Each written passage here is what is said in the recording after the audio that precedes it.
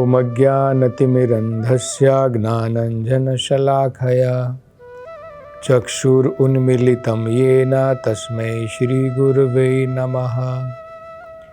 नमो ॐ विष्णुपदाय कृष्णप्रेष्ठाय भूतले श्रीमते भक्तिवेदान्त स्वामिन् इति नामिने। नमस्ते सरस्वते देवे गौरवाणी प्रचारिणे निर्विशेषा शून्यवादी पाश्चात्य देशतारिणे।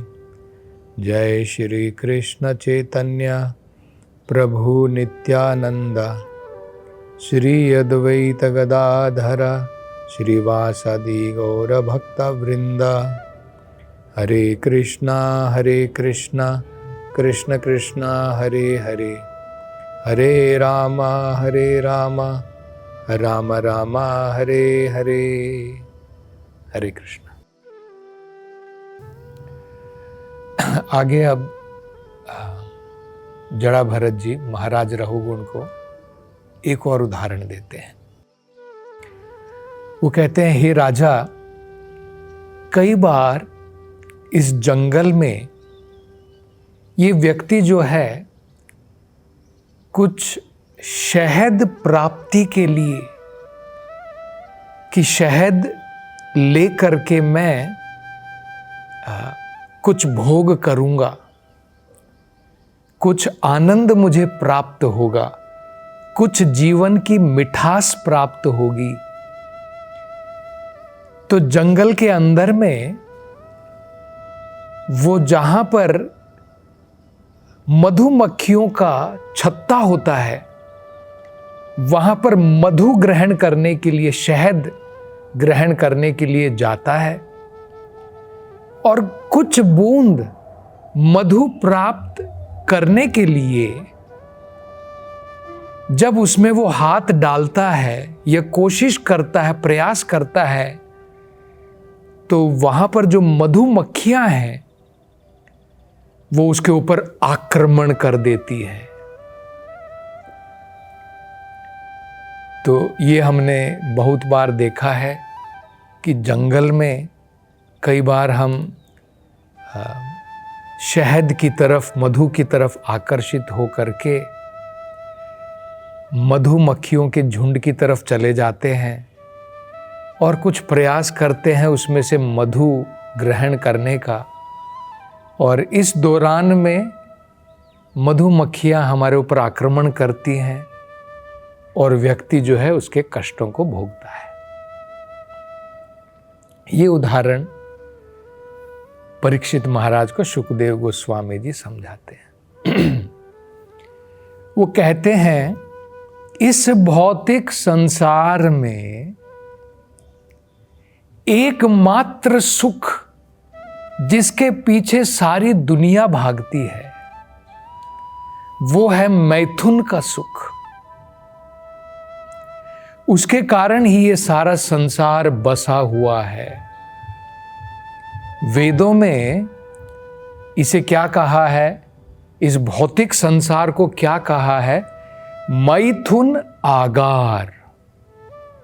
मैथुन का मतलब होता है काम वासनाएं। जो पुरुष और स्त्री अपनी काम वासनाएं पूरी करते हैं उसे मैथुन कहते हैं। तो ये एक छोटा सा सुख है। जैसे हम कह रहे थे पिछली एक कथा में, हम उदाहरण दे रहे थे, ये भौतिक सुख क्या है जिसके पीछे हम इतना प्रयास करते हैं? वो वारी बिंदु, एक पानी की बूंद के बराबर है। हमारी प्यास तो बहुत है, हमें ठंडक तो अच्छी चाहिए। अगर हम रेगिस्तान में हैं, मरुस्थल में हैं, हम चारों तरफ से गर्म हो जाते हैं। राहत प्राप्त करने के लिए बहुत सारा पानी चाहिए और हमें क्या मिलता है? एक बूंद पानी। उससे भला क्या होगा? इसलिए तो प्रहलाद भागवतम में इस मैथुन सुख को क्या कहते हैं? यन मैथुनादि ग्रह मेधि सुखम ही तुच्छम। ये ग्रह मेधि का ये जो सुख है मैथुन का, तुच्छम, ये बिल्कुल तुच्छ सुख है। तो गृहस्थ जीवन में पति और पत्नी जो है संतान प्राप्ति के लिए अपना घर बसाते हैं। लेकिन जो व्यक्ति भौतिकतावाद में डूबा है, जो केवल इस भौतिक संसार में इंद्रिय तृप्ति करना चाहता है, वो अपनी स्त्री को एक मशीन के बराबर सोचता है। ये मेरी काम वासनाओं को पूर्ण करने के लिए है। और क्या होता है भौतिक संसार में, अगर उसकी काम वासनाएं पूरी नहीं होती हैं तो तलाक ले लेता है, डाइवोर्स।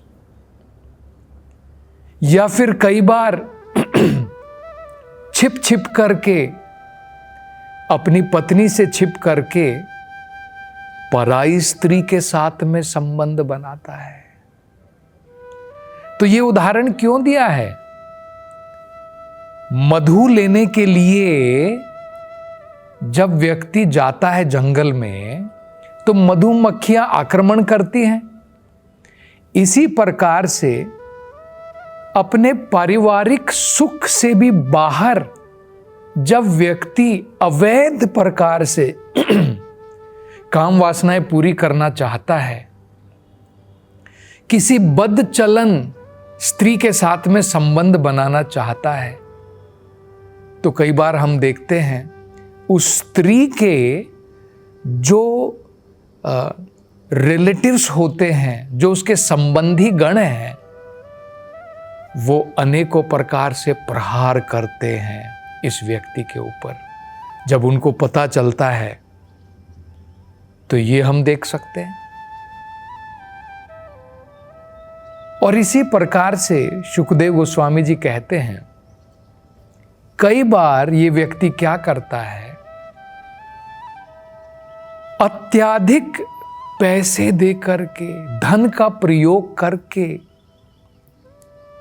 किसी बदचलन स्त्री के साथ में संबंध बनाता है, उसको पैसे देता है, पैसे का लोभ दे करके अपनी वासनाएं पूरी करना चाहता है।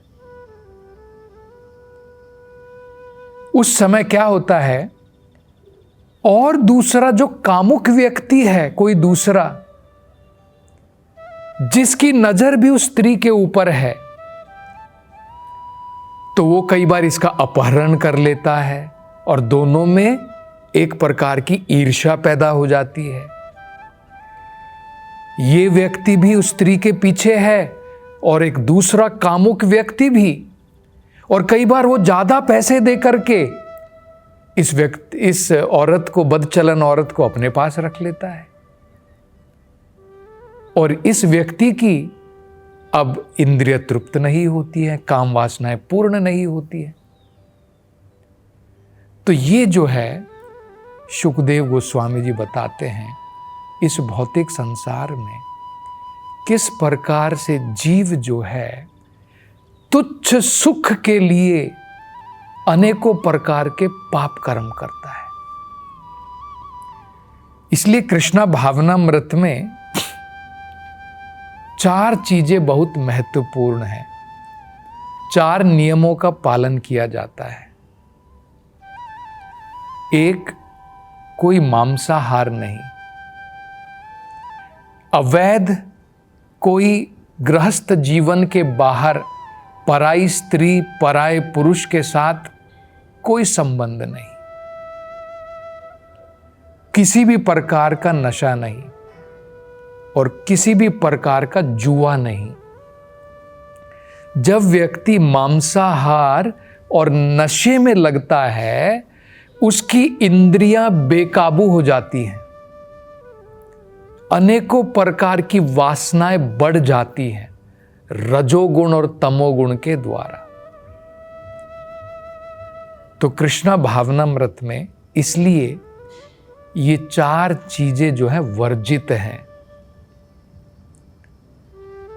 और अगर हम कृष्ण भावनामृत में प्रगति करना चाहते हैं तो इन 4 चीजों से दूर रहना चाहिए। व्यक्ति को अपने गृहस्थ जीवन में अपनी पत्नी से संतुष्ट रहना चाहिए, अन्यथा हमारे में और जानवरों में कोई अंतर नहीं रह जाएगा। तो ये हमें समझना है। अब आगे जड़ा भरत जी महाराज रघुगुण से कहते हैं कि इस जंगल के अंदर में कई बार घनघोर वर्षा होती है और ये यात्री वहां पर परेशान है। अब ढूंढ रहा है मैं कैसे इस जो इतनी तेज बारिश हो रही है इससे मैं अपना बचाव कैसे करूं।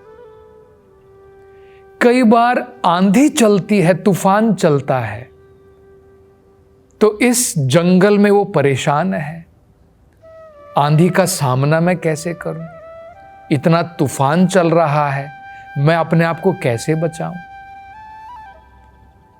कई बार बहुत पानी भर जाता है, उसको सोने का स्थान प्राप्त नहीं हो पाता है, मैं कहां पर जाकर के नींद करूं। तो ये उदाहरण देते हैं। तो सुखदेव गोस्वामी जी बताते हैं महाराज परीक्षित को इसका मतलब क्या है। तो कहते हैं इस भौतिक संसार में हर एक जीव जो है 3 प्रकार के कष्ट भोगता है। एक कष्ट को कहते हैं आधि देविक क्लेश, एक कष्ट को कहते हैं आधि आत्मिक क्लेश, और एक और कष्ट को कहते हैं आधि भौतिक क्लेश। तो ये 3 प्रकार के हो गए। कैसे समझना है इसको? ये जो भौतिक संसार है इसे दुर्गा भी कहते हैं। तो हमें पता है दुर्गा जी के हाथ में त्रिशूल होता है। ये 3 जो शूल है उस त्रिशूल के, ये कष्ट देने के लिए हैं। तो भौतिक संसार के जंगल में ये 3 प्रकार के कष्ट हमें प्राप्त होते हैं। कौन कौन से? एक आधि आत्मिक। आधि आत्मिक का मतलब होता है जो कष्ट मेरा शरीर, मेरा ही मन जो हमें प्रदान करता है। तो हमारे शरीर में कई बार बहुत कष्ट हो जाता है, कांटा लग गया, पैर कट गया, हाथ कट गया, बीमार पड़ गए, खांसी हो गई, जुखाम हो गया, एक्सीडेंट हो गया। ये क्या है? हमारा शरीर हमें कष्ट देता है। पेट दर्द हो जाता है, सर दर्द हो जाता है। और कई बार हमारा शरीर सही रहता है, मन बहुत कष्ट देता है। शरीर तंदुरुस्त है, स्वस्थ है, लेकिन मन जो है विचलित होता है, मन चिंताओं से भरा हुआ है। अनेकों प्रकार के हम लोग विलाप करते हैं, रोते हैं, धोते हैं। तो मन भी एक प्रकार का कष्ट देता है, तन भी देता है। इसको क्या कहते हैं? आधि आत्मिक। आत्मिक मतलब जो मैं ही अपने शरीर और मन के द्वारा जो कष्टों को मैं प्रकट करता हूं उसे आत्मिक क्लेश कहते हैं। ये हो गया एक। दूसरा हो गया आधि भौतिक। भौतिक मतलब दूसरे जीवों से जो मुझे मिलता है। दूसरे जीवों से कैसे मिलता है? अब आप घर में बैठे हैं, घर के अंदर में कॉकरोच होते हैं, घर के अंदर में मच्छर काटते हैं, सर के अंदर अनेकों जुएं हो जाती हैं। और कुछ नहीं तो आप कहीं पर जो है गली में जा रहे हैं, कुत्ता आपको परेशान करता है, आपके पीछे भागता है। और कुछ नहीं तो आपके पड़ोसी लोग आपको तंग करते हैं। हमारे खुद के संबंधी गण कई बार हमको परेशान करते हैं। हम ऑफिस में काम कर रहे हैं, हमारे सहयोगी लोग जो हैं वो परेशान करते हैं। इसको कहते हैं आदि भौतिक। मेरा शरीर कष्ट नहीं दे रहा है, मेरा मन कष्ट नहीं दे रहा है, लेकिन बाकी के जीव मुझे कष्ट दे रहे हैं, इसे बोलते हैं आदि भौतिक। तीसरा हो गया आदि दैविक। आदि दैविक जैसे यहां पर उदाहरण दिया गया है ना, जंगल के अंदर में बारिश आ रही है, घनघोर तूफान आ रहा है, तो ये हम अपने संसार में भी देखते हैं। कई बार अतिवृष्टि, जरूरत से ज्यादा बारिश, सारी गलियां भर जाती हैं, खेत सारे खराब हो जाते हैं, हमें इतना कष्ट भोगना पड़ता है। और कई बार सूखा पड़ जाता है, अनावृष्टि। अतिवृष्टि मतलब ज्यादा बारिश, अनावृष्टि मतलब कम बारिश। सूखा पड़ गया, अकाल हो गया, खाने के लिए लोगों के पास में कुछ नहीं, क्योंकि कुछ नहीं आया। कई बार हम देखते सुनामी आ गई, बड़ी बड़ी लहरें पूरे शहर को बर्बाद कर देती है। कई बार हम देखते बड़ा भूचाल आ गया, कई बार तूफान आ गया, शहर के शहर नष्ट हो जाते हैं। कई बार भूकंप आ गया, बड़ी बड़ी इमारतें गिर जाती हैं, बिल्डिंग गिर जाती है। तो ये होता है आदि दैविक क्लेश। मतलब जीव इस भौतिक संसार में आता तो है भोगने के लिए, लेकिन भोग उसका एक बिंदु के मात्र है, और कष्टों से तो वो चारों तरफ से घिरा हुआ है। तो ये बताते हैं, और आगे अब वो क्या वर्णन करेंगे, इसकी चर्चा हम अगली कथा में करेंगे। हरे कृष्णा।